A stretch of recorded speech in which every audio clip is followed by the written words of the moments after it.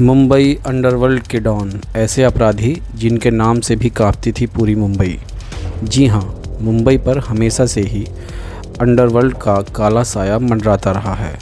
आज़ादी के बाद से ही शुरू हुई ये तस्करी, ब्लैक मनी और पावर की लड़ाई में हमेशा कोई ना कोई अंडरवर्ल्ड डॉन मुंबई पर राज करता रहा है। मुंबई अंडरवर्ल्ड में अब तक ऐसे कई डॉन हुए हैं जिनके खूनी किस्से बहुत चर्चित रहे हैं। ऐसे में हम खुलासा टीवी पर आपके लिए लाए हैं अभी तक के A to Z underworld don की कहानियाँ। आज़ादी के बाद से ही 1960-70 तक करीम लाला, वरदराजन मुदलियार और हाजी मस्तान नाम के तीनों डॉनों की मुंबई अंडरवर्ल्ड पर सिक्का चलता था। तीनों के इलाके बटे हुए थे और ये एक दूसरे के काम में टांग नहीं अड़ाते थे, इसलिए तब तक अंडरवर्ल्ड में खून खराबा नहीं हुआ करता था। पर दाऊद के आने के बाद से सीन बदल गया। हाजी मस्तान मुंबई अंडरवर्ल्ड को एक नई पहचान देने और ग्लैमर को अंडरवर्ल्ड के साथ लाकर खड़ा करने वाला बाहुबली माफिया तस्कर हाजी मस्तान मुंबई का पहला अंडरवर्ल्ड डॉन माना जाता है। हाजी मस्तान मिर्ज़ा का जन्म तमिलनाडु के कुड्डलोर में 1 मार्च 1926 को हुआ था। हाजी ने स्मगलिंग के जरिए खूब पैसा कमाया। हाजी मस्तान ने ही वरदराजन मुदलियार उर्फ वर्धा और माफिया डॉन करीम लाला को आगे बढ़ाया और मुंबई में अपने धंधे को दोनों के बीच बांट दिया। तमिल होने के कारण वर्धा और हाजी के बीच काफ़ी अच्छे रिश्ते थे। कुछ समय बाद ही वर्धा वापस चेन्नई चला गया। 1970 के दशक तक मस्तान मुंबई में अपना साम्राज्य स्थापित कर चुका था। 10 साल के अंदर उसने मुंबई में एक बड़ा मुकाम हासिल कर लिया था। मस्तान जैसा बनना चाहता था वह उससे ज़्यादा बन चुका था। अब वो अमीर भी था और ताकतवर भी। मस्तान को सफ़ेद डिज़ाइनर सूट पहनने और मर्सिडीज की सवारी करने का बहुत शौक़ था। उसके हाथ में हमेशा विदेशी सिगरेट और सिगार दिखाई देते थे। ऐशो आराम उसकी ज़िंदगी का इकलौता शगल बन गया था।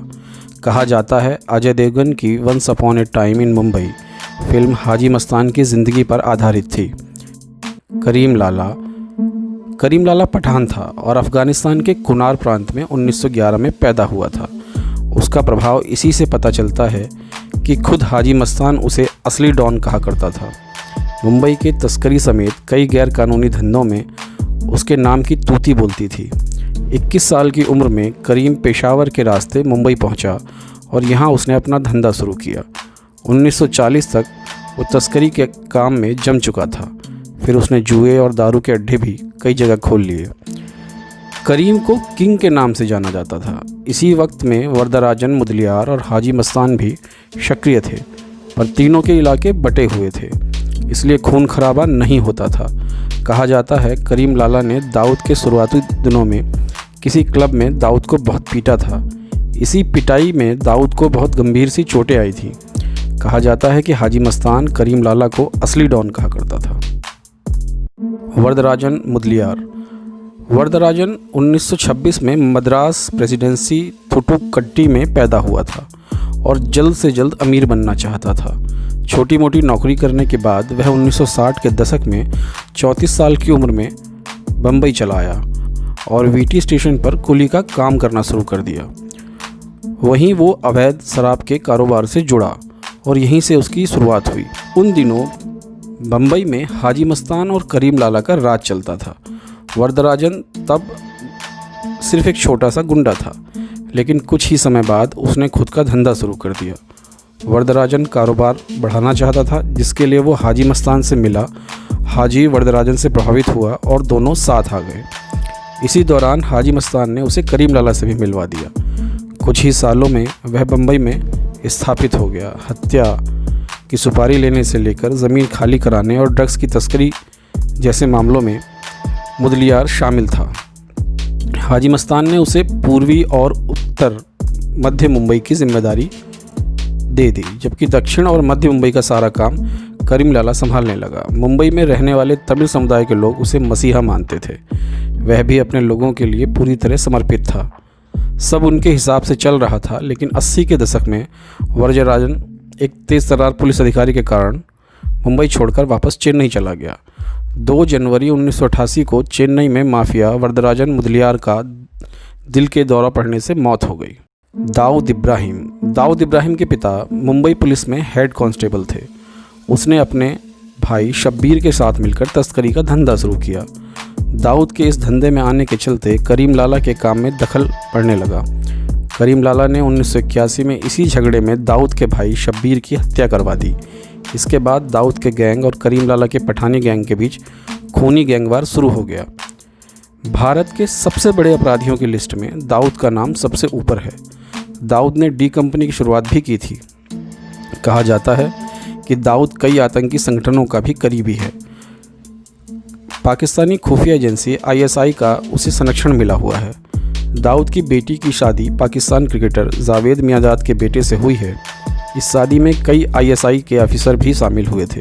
दाऊद 1993 के मुंबई बम धमाकों का मुख्य मास्टरमाइंड बताया जाता है। कुछ दिनों पहले दिलीप वेंगसरकर ने खुलासा किया था कि दाऊद एक बार उन्हें ड्रेसिंग रूम में मिलने आया और बोला कि पाकिस्तानी टीम को बहुत ही बुरी तरह से हराना, फिर मैं भारतीय टीम के सारे खिलाड़ियों को एक कीमती कार खरीद कर दूंगा।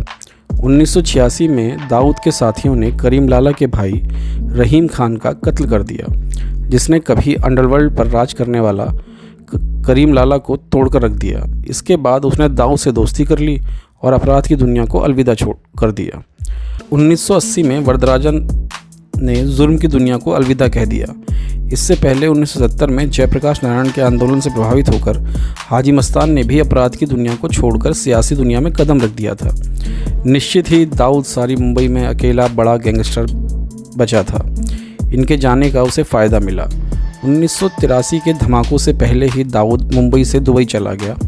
धमाकों की वजह से दाऊद और छोटा राजन अलग हो गए। छोटा राजन भी मुंबई से मलेशिया चला गया और वहां उसने अपना कारोबार शुरू कर दिया। शब्बीर इब्राहिम अकासकर शब्बीर इब्राहिम अंडरवर्ल्ड डॉन दाऊद इब्राहिम का बड़ा भाई था और इब्राहिम परिवार का सबसे बड़ा बेटा था। शब्बीर और उसके छोटे भाई दाऊद ने ही मिलकर डी कंपनी की शुरुआत की थी। ये दोनों मिल के धंधे को चलाते थे। एक विरोधी गिरोह ने शब्बीर का मर्डर कर दिया। उनकी मौत ने भारत का सबसे खूनी गैंगवार शुरू किया था। इससे 10 साल की अवधि में 50 अपराधी और उनके रिश्तेदारों का सफाया हो गया। अरुण गवली। जब सभी अंडरवर्ल्ड डॉन मुंबई छोड़ के जा चुके थे, तब जुर्म के मैदान में 2 मेन खिलाड़ी बचे थे, अरुण गवली और अमर नाइक। अमर नाइक को पुलिस ने मुठभेड़ में ढेर कर दिया और उसके भाई अश्विन नाइक को गिरफ्तार कर लिया। अब अरुण अकेला ही डॉन बचा था। हमेशा सफ़ेद टोपी और कुर्ता पहनने वाला अरुण मुंबई की दगली चाल में रहता था। दगली चाल को उसने किले के रूप में रख रखा था, जिसमें 15 फीट के दरवाजे भी थे। गवली के हथियारबंद लोग हमेशा वहां तैनात रहा करते थे। जानकार उसके गैंग में लोगों की संख्या 800 से 1000 तक बताते हैं। गवली डैडी के नाम से मशहूर था। मुंबई के कई कारोबारी और बिल्डर कारोबार बढ़ाने में उसकी मदद लिया करते थे। गवली हफ्ता और रंगदारी भी वसूल करता था। गवली को सुपारी किंग भी कहा जाता था। मारपीट और हत्या की घटनाओं को सुपारी लेकर वह अंजाम दिया करता था। पुलिस वालों में भी उसकी अच्छी पैठ थी। यही कारण रहा कि जब उसे पकड़ा गया तो कई पुलिस वाले भी जांच के घेरे में आए। गवली ने 1 दशक में कई दुश्मन जुटा लिए थे और पुलिस भी अब उस पर शिकंजा कसना चाहती थी। ऐसे में उसने बच निकलने का एक रास्ता सूझा, राजनीति में कूदना। उसने 2004 में अखिल भारतीय सेना नाम की एक पार्टी बनाई और महाराष्ट्र विधानसभा चुनावों में अपने कई कैंडिडेट उतारे। खुद भी उसने चिंचपोकली सीट से चुनाव लड़ा और जीता भी। और उनको लगता था विधायक बनने के बाद पुलिस उसे नहीं छुएगी, पर ऐसा हुआ नहीं। 2008 में उसने शिवसेना के कॉरपोरेटर कमलाकर जाम सांडेकर की सुपारी लेकर हत्या कर दी, जिसमें उसे उम्र कैद की सज़ा सुनाई गई। पहली बार किसी कोर्ट ने गवली को सज़ा सुनाई थी। उधर गवली जेल गया और इधर पुलिस ने एनकाउंटर अभियान चलाया। गवली का पूरा गैंग मार दिया गया और अभी गवली अपने गुनाहों की सज़ा जेल में काट रहा है। उसका एक उपनाम डैडी भी हुआ करता था। इसी नाम से गवली पर एक फिल्म भी आने वाली है, जिसमें अर्जुन रामपाल गवली का किरदार निभा रहे हैं। अबू सलेम। अंडरवर्ल्ड डॉन अबू सलेम 1960 के दशक में उत्तर प्रदेश के आजमगढ़ ज़िले में सराय मीर गांव में पैदा हुए थे। पिता की मौत के बाद उसने पढ़ाई छोड़कर एक मैकेनिक के यहाँ काम करना शुरू कर दिया। लेकिन जल्द वह काम के लिए दिल्ली आ गया। यहाँ उसने मैकेनिक का काम करने के बाद टैक्सी चलानी शुरू की। माली हालत ना सुधर पाने के कारण 80 के दशक में वह मुंबई जाकर टैक्सी चलाने लगा। यहाँ उसकी मुलाकात अंडरवर्ल्ड डॉन दाऊद इब्राहिम के लोगों से हुई, जहाँ उसने डी कंपनी में काम करना शुरू कर दिया। जल्द ही वह गैंग में आगे बढ़ गया। उसके खिलाफ वह पहला मामला 1988 में मुंबई के अंधेरी पुलिस स्टेशन में दर्ज किया गया था, लेकिन 1991 में उसे पहली बार गिरफ्तार किया गया। इसके बाद अबू सलेम दाऊद के गैंग में अपनी खास जगह बना चुका था। इसी दौरान मुंबई में सीरियल ब्लास्ट हुए, जिसका इल्ज़ाम दाऊद गैंग के सिर पर आया। इसलिए दाऊद इब्राहिम और उसके गैंग ने दुबई में पनाह ली। अबू सलेम भी वहां पहुंच गया। फिर उसने दाऊद के भाई अनीस इब्राहिम के लिए काम करना शुरू कर दिया। अबू सलेम अब एक बड़ा माफिया बन चुका था। रंजिश के कारण 1998 में अबू सलेम दाऊद गैंग से अलग हो गया। बाद में दोनों की दुश्मनी गहरी हो गई। 1993 में बॉलीवुड के निर्माता गुलशन कुमार की हत्या में भी उसका नाम सामने आया। भारत में मोस्ट वांटेड बन जाने के बाद सलेम देश छोड़कर भाग गया था। उसके खिलाफ रेड कॉर्नर नोटिस जारी कर उसे 20 सितंबर 2002 को उसकी प्रेमिका मोनिका बेदी के साथ इंटरपोल ने लिस्बन, पुर्तगाल में गिरफ्तार कर लिया। 1993 के मुंबई सीरियल बम धमाकों के मामले में अबू सलेम पर विशेष टाडा अदालत ने 8 आरोप दायर किए थे। मुंबई की जेल में बंद अबू सलेम एक अरबपति माफिया डॉन है। सीबीआई और पुलिस रिकॉर्ड के मुताबिक उसकी कुल संपत्ति 4000 करोड़ रुपए की है। इसमें से 1000 करोड़ रुपए नकद और संपत्ति उसके दोनों पत्नियां समीरा जुमानी और मोनिका बेदी के बीच विभाजित है। बताया जाता है कि उसके पास 12 पासपोर्ट थे। बड़ा राजन के नाम से मशहूर राजन महादेव नायर 70-80 के दशक में मुंबई का मशहूर डॉन था। मुंबई में चैम्बूर के तिलक नगर में पैदा और पले बढ़े राजन ने बचपन से ही जुर्म की दुनिया में कदम रख दिया। एक फैक्ट्री में काम कर रहे बड़ा राजन ने ज़्यादा पैसा जुटाने के चक्कर में ब्रांडेड टाइपराइटर चुराकर चोर बाजार में बेचना शुरू कर दिया। इसी दौरान वह पुलिस के हत्थे चढ़ गया। जेल से छूटने के बाद से ही उसने फिल्म टिकट की ब्लैक मार्केटिंग शुरू कर दी। करीब 70 साल की उम्र में उसकी मुलाकात छोटा राजन से हुई। दोनों ने साथ साथ धंधा करना शुरू कर दिया। 1970 से 85 के दौरान ब्लैक में टिकट बेचना मुंबई के गैंग की इनकम का मुख्य स्रोत था। इसके बाद दोनों ने मिलकर एक गैंग बनाया जिसके सर्वा बड़ा राजन था। बड़ा राजन को पहली बार दाऊद इब्राहिम ने अपने बड़े भाई के हत्यारों को मारने की सुपारी दी। अगले 2 सालों में बड़ा राजन के कई दुश्मन बन गए। इनमें से एक था अब्दुल कुंजू। अब्दुल ने ही बड़ा राजन को कई बार मरवाने की कोशिश की। आखिर में उसने एक ऑटो ड्राइवर चंद्रशेखर सफालिका को बड़ा राजन की 50 लाख की सुपारी दी, जिसने उसकी हत्या कर दी। छोटा राजन राजेंद्र सदाशिव निखलजे उर्फ छोटा राजन 1956 में मुंबई के चैम्बूर में एक मध्यम वर्गीय परिवार में पैदा हुआ। पढ़ाई में मन न लगने से छोटा राजन बुरी संगत में पड़ा और जगदीश शर्मा उर्फ गूंगा के गिरोह का मेंबर बन गया। उसी वक्त चैम्बूर और घाटकोपर इलाके में वरदा भाई के सहायक और मिल मजदूर नेता रहे राजन नायर यानी कि बड़ा राजन ने इसकी मुलाकात हुई। तब तक इसने सिनेमा हॉल के टिकट ब्लैक करने का धंधा शुरू कर दिया था। धीरे धीरे इसके बारे में बड़ा राजन को मालूम पड़ा। बड़ा राजन ने इसी वरदराजन के साथ सोने की स्मगलिंग में लगा दिया। इसी के बाद से ये बड़ा राजन का सबसे खास आदमी बन गया और गिरोह के लोग इसे छोटा राजन नाम से पुकारने लगे।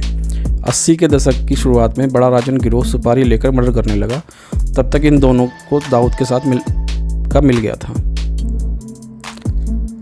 1992 आते आते छोटा राजन और दाऊद में मतभेद होने लगे। ऐसे में छोटा शकील ने राजन के खिलाफ दाऊद के कान भरने शुरू कर दिए।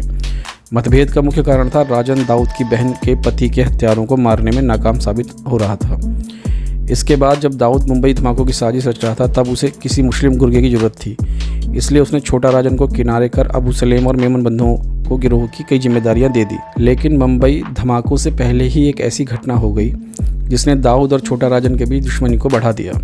इसके बाद दोनों गिरोह में खूनी जंग छिड़ गई। इसके बाद दाऊद पाकिस्तान में पनाह ले चुका है और छोटा राजन बैंकॉक को अपना ठिकाना बना चुका है। छोटा शकील का असली नाम शकील बाबू मियाँ शेख है। फिलहाल शकील डिफेंस एरिया कराची पाकिस्तान में रह रहा है। शकील मुंबई बम ब्लास्ट के आरोपियों में से एक है। उस पर हवाला, फिरौती, अपहरण, हथियारों और विस्फोटकों की तस्करी का भी आरोप है। शकील को दाऊद इब्राहिम का खास आदमी माना जाता है। बॉलीवुड हस्तियों के साथ अपने संबंधों के चलते चर्चा में रहा है। बॉलीवुड की फिल्मों में यही दाऊद इब्राहिम का पैसा लगाता है। कहा जाता है कि छोटा राजन ने छोटा शकील के डर से ही खुद को गिरफ्तार कराया था। छोटा शकील का नाम देश के मोस्ट वांटेड अपराधियों की लिस्ट में शामिल है।